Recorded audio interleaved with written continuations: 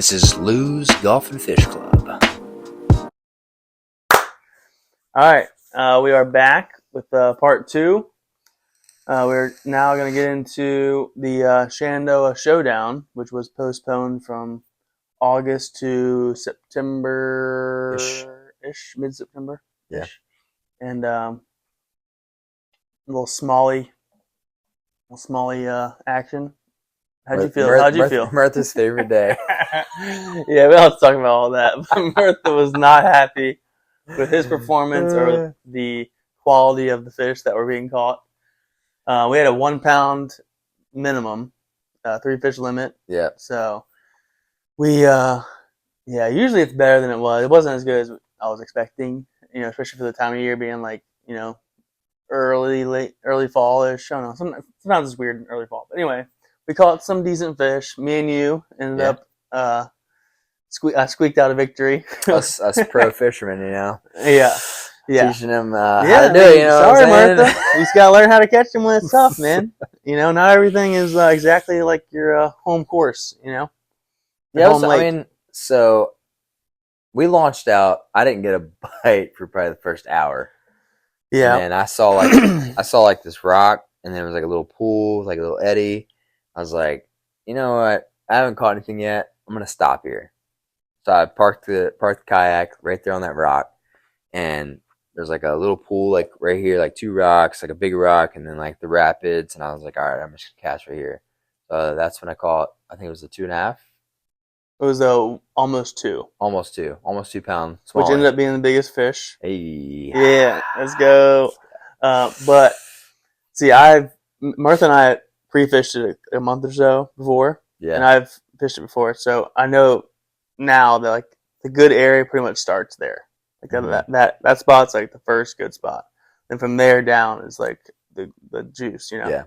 So I saw you there. I was gonna go there.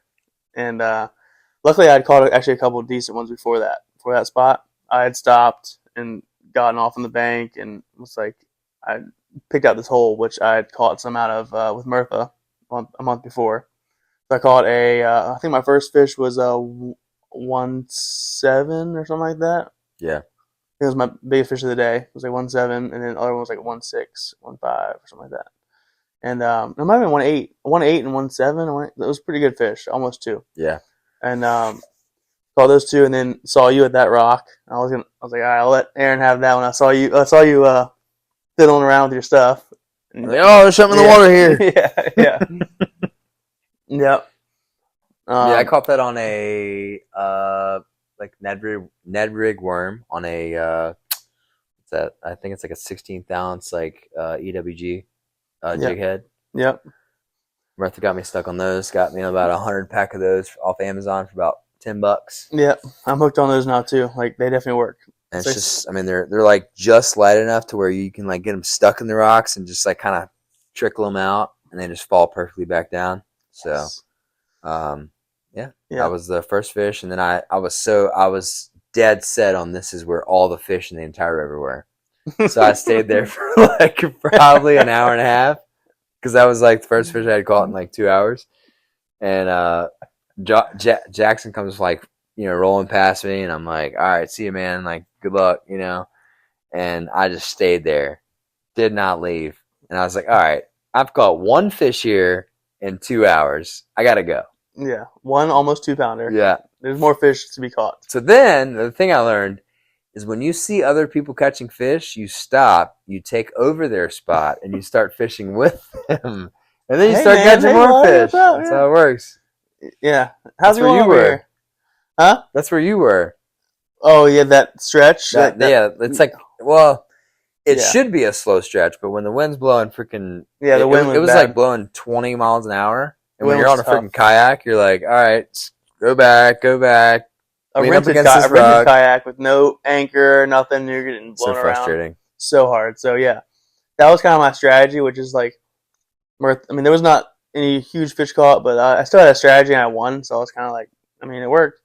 I wasn't really casting to these spots that I knew of until I would just pass over it with my kayak, and I would pull off into the bank, get out, and then kind of like sneak up and drop my freaking Helgamite in there, and wham, I caught those first 2. Yeah. And after that, I knew that whole stretch was pretty good, so I pretty much just didn't get in my kayak again until 2 or 3 hours later. Yeah. Just pretty much, I figured out how to wrap the Yeah, Justin yeah. taught me a new little trick. Mm-hmm. If I thought I hadn't thought of it all, Justin's like, yo, man, you just take your freaking life jacket, you wrap it around your seat, you wrap it around your waist, and or your then, leg, I think it was a leg or something. Yeah, and you're good to go. You just sit there and fish. yeah. So And I was like, yeah, okay, yeah, got it. yeah. So we all kind of started fishing there a lot. Like Sean was there because Sean had missed a big one. When I pulled, I was fishing there. He's like, "Guys, missed a monster." Blah, blah, blah. And then I missed a freaking giant, which was probably in my PV category of like a 3.5, 4 pounder on the Helgamite. Freaking jumped and spit the hook. Like, Sean saw it too. He's like, dude, he's like, oh, that was the same fish as mine. That might have been bigger than the one I hooked up to. That was a big one. And so I fished that spot for another hour. Yeah. Which I wish I would have gone down with you. When I came down with you, I wish I would have gone back up and at least tried it once everyone kind of cleared out. But I kept going down. There's so many campgrounds though, dude. Like, all those people just sit out there with a freaking cast net. And they're like, oh, smallmouth. Cool. Let me put it in my pocket. I'm like, no, put it back, dude. So annoying. So I missed the big one. And then I don't know if I caught any more in there, but I started hanging out with you when you were catching them in that one spot. You had been like standing there. I was dialed, dude. Yeah. He was like, I'm just going to let everyone pass and just sit here and wait for everyone to calm down. And you started catching them. And every time I wanted to leave, you would catch another one. I think I only caught one when I was sitting there talking to you, one or two. Got to put your Crocs in 4-wheel drive, baby. Mm-hmm. So you got your limit. You caught a couple other like 1.5, something like that. I went down, caught another like 1.6. I think that's what won it. Was that last one on like the deeper area stretch? Yeah.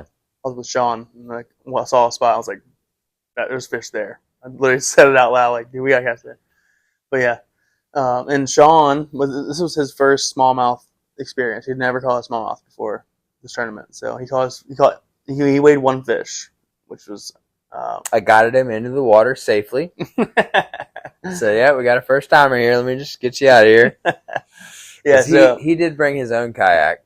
So yeah, I wish he would have caught a bigger one, like a nice 2 or something. But I think he still is like now intrigued by smallmouth. He caught like a 1.5. But there was a few times where he was fishing near me or with me, kind of, and he had a Helgamite. He had the right baits. I don't know what weights he was using. I was trying to tell him like light 16th ounce and light, But there was a couple spots where like I'm like, dude, you have a Helgamite, you have the right bait. Like if you throw it in this hole right here, there's a very good chance you're gonna catch one. Yeah, I wanted to be like, cast right there. But I'm like, all right, like see you. Like he asked me a couple times. He was like, "You ever throw a spinnerbait out here? You ever throw a chatterbait?" I'm like, "Look, largemouth is bigger, smallmouth is smaller. So like, if you want to throw a spinnerbait, don't throw a half-ounce spinnerbait. They're like 3/8, especially in summertime. It's basically summer. Yeah, it's September, so it's like chatterbait, small, same concept. Yeah. Everything's smaller. Yeah, and once you can if you have them in your bag, sure, throw them. He's like, oh, I just got big stuff. I'm like, oh, don't throw that. I mean, you could possibly throw it out there and catch something, but I'm like, I don't know. Not this time of year, man. Like, not in the Shenandoah. I mean, I pretty much threw Ned rig all day long. Dude, when the water's low, it was low and clear as it was like you could pour spring water in this cup and it'd be the same. Yeah, it would look exactly the same. And one thing I will say I saw a lot of. I probably saw 40 catfish swimming in a school. Yeah, and I never knew that catfish swim in schools like that.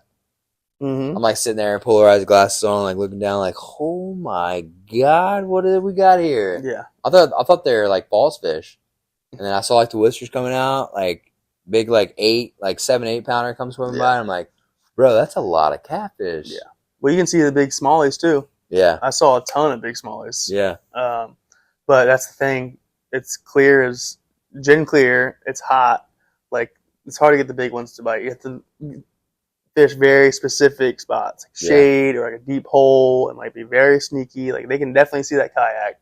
I think, and they can definitely see you like walking in the water, like towards the spot. Like they're very like. They know I think Thomas Aarons was talking about like anytime you're fishing like the Shenandoah, like if the water's super clear like that, they can see you before you see them. Yes. So that's why it's like super important to make like super long casts and just let and it like your position, nestle. like being downriver casting up, or Yeah. like being blocked by like a rock or like by like a shade area Yeah. where they can't see. Like if you're like out in the sunshine in the middle of the river, like they can see your fucking legs. Like, look at dude. them crane legs over there. Like, Get you don't him. think they can see this? Like, you know. So like even like that's how, yeah, that's how it is. You have to be kind of like more Stealthy. protected. Yeah. I mean, like when I came to fish with you, I was like, you kept like moving. You were like walking downstream, and I was just like dead still, Yeah. not moving at Yeah. all. There's I'm just definitely like- something to that. And I, like, Mirtha's got to learn, dude. as soon as you passed me, I was like, all right, he's clear. All right, I haven't moved. Mm. They don't know I'm here, so I'm just gonna cast. And then I started hooking them up. Yeah. And all like the other like pleasure boaters it was kind of getting later in the day. Yeah. So everyone was kind of already past you, past us. But yeah. See, the problem with Murtha is he took all of his expertise from Riverbend and tried to use it in the Shenandoah. Yes. And he quickly found out that just because it's the Shenandoah doesn't mean that it's the same. It's because it's a river. It doesn't mean it's the same. You know, the Upper Potomac definitely fishes different than the Shenandoah. Like, It's like, yeah, dude, I tried throwing freaking small crawdads all day. I didn't get any bites. well, that's I'm like, perfect lead into our next topic is Sorry. the Upper Potomac Day. Yeah. So after this Shenandoah Showdown tournament, Mirth and I went to his honey hole, Upper Potomac, and after he was being like, there ain't no big fish in this Shenandoah, this stretch sucks. I'm like, all right, dude, let's go to your spot. Because I'd been there before and I didn't catch anything, but it is a good spot. It's a perfect waiting spot. But anyway, this day, it was like last Friday or something like that. I don't know what, I think it was last Friday. And, dude, we crushed them. Like, he caught a 3.7, a 3.6, multiple other threes, two, I caught a 3.5, a 3.2, another 3, like, crushed them, dude. And we were throwing those Ned rigs with a crawl, like a Yamamoto crawl. I had a net bait, like little mini crawl. Yeah. Just anything crawfish. You get it down there to the bottom, wham. Like, and it wasn't like every cast. Like Shenandoah, I feel like you still catch more fish, but Upper Potomac, like the quality is definitely better. Yeah.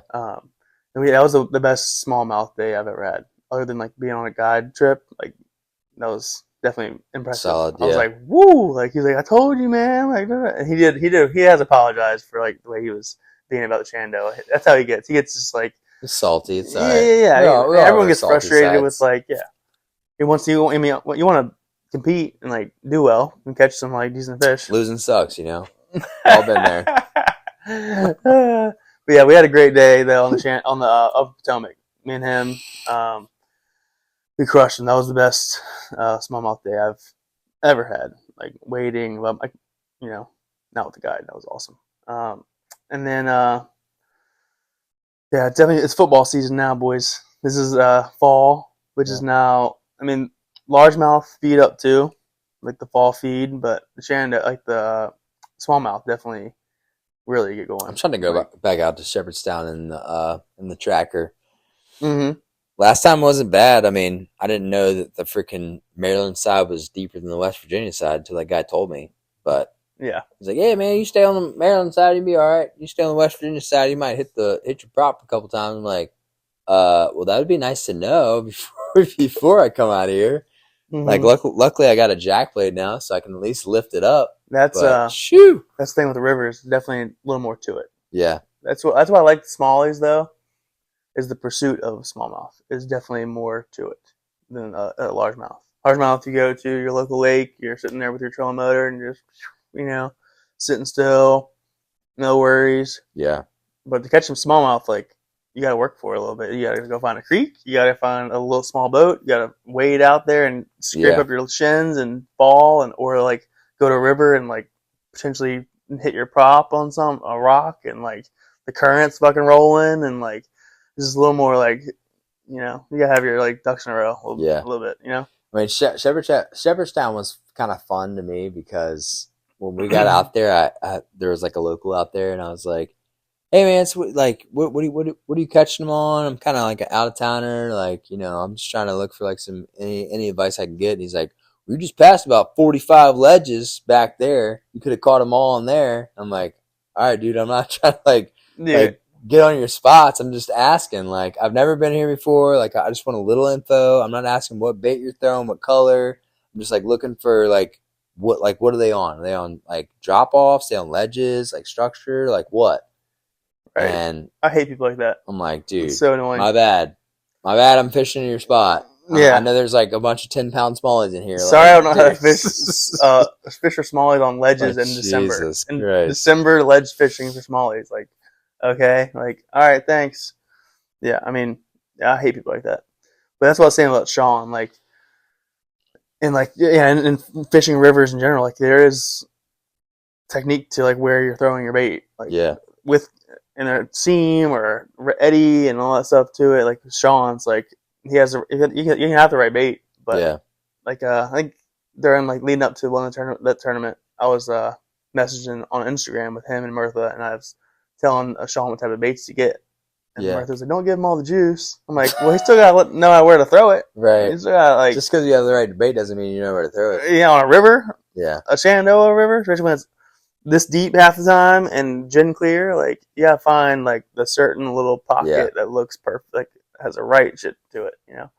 So yeah, that's how I feel about fishing in general. Like McCluskey has told us what he's throwing, you know, at the res that one time when he came out and whooped us, and we still have not figured anything out. And Alderman tells us every time what he does. Yeah. Every tournament we haven't figured it out. It's Yeah. like he's like jig, football jig, 30 foot. I'm like, all right, cool. Like, oh, found 30 foot. Just let's bail out. Here we go. Like, nope, ain't there. Let's try the next 30 foot spot. Let's go back to the bank with the shade. He's like, nah, bro, they're not like off the bank. They're like offshore. And I'm like, what does that even mean? Like, does this tree work here? Like, nah, that's not the right tree. Like, yeah, it's like that's not the right tree. That's what I'm saying, dude. Like, people are so like snobby and like stuck up about fishing and like spots. I mean, spots sometimes, like, I can understand certain like spot. I'm not gonna like say, hey, go to this exact place, but like baits and stuff like that. It's like so like, dude. I mean, that's there's so much more to it than just. That's one thing I could definitely say about Alderman is like he's very open with like like, yeah, man, I was at this spot at this point. I was throwing a jig with like. He doesn't really give spots and points out. I'll say that. Depending on the spot. I've fished with him. Depending on the spot. I've fished with him, and he has definitely given me his like C, D, E, F, G spots. He ain't going A, B, C. You know, he's like, but he's showing me like the type of spots he's looking at is like offshore. Like, he's in the middle of a cove, like but there's a brush pile in the middle of it. Yeah, like, so it's informational, but he's not going to his best spot and being like, hey, I can do this, and you know. But I mean, I feel like you take people like Alderman, like that dude. He's got 500 spots on the res. He runs them. He fishes. He runs them until he finds them. And he takes like, okay, today's cloudy. The pressure's 30 and a half, so they're not going to be in the best spot. So I'm going to go to this spot, these spots, which is 25% of my spots. Mm-hmm. And on those days that I had high pressure, I'm going to go out and fish these spots, and they should be there. Right. And he'll go out there and he'll catch fish. Yeah. It's like, dude, we caught 2 pounds of fish. Like, yeah. He has waypoints for days. Like, he's been fishing that res since like, you know, for 30 years. When I've fished with him, the amount of stuff he's told me, like he went on this bait this time, and this stuff. He's like the modifications of baits he's made to like win for a certain amount of time. Like, somebody get that SD card. We'll get you lots of sponsors. His SD card's right here. He don't need a GPS. Just that live scope too with him has been a game changer. Yeah, he has a record for Fountainhead and us. Yeah. I mean, and McCluskey's the same way. He came to our tournament, whooped all of us, and then was like, yeah, I was throwing a jig on like those deep trees that are out like in deep water, and like you know, keeping it in the brush in the tree basically, and like, you know, telling us what to do, and we still haven't done that. So I've never caught fish like that. Have you? Live scope? He's not using live scope in the tournament, but he's. I mean, with live scope, it's a lot easier, so you don't get hung up and all that stuff. But note to self: go out to tournaments and mark your spots, or pre-fish the tournaments and mark your spots, mark all your brush piles, and then go fish them the next day or whatever. Yeah. Well, we got a few minutes. 4 minutes, 53 seconds. So we got your canoe. Got Talk about that. DZ's Tri-Tune, baby. Aaron's got the sickest canoe you'll ever see in your life.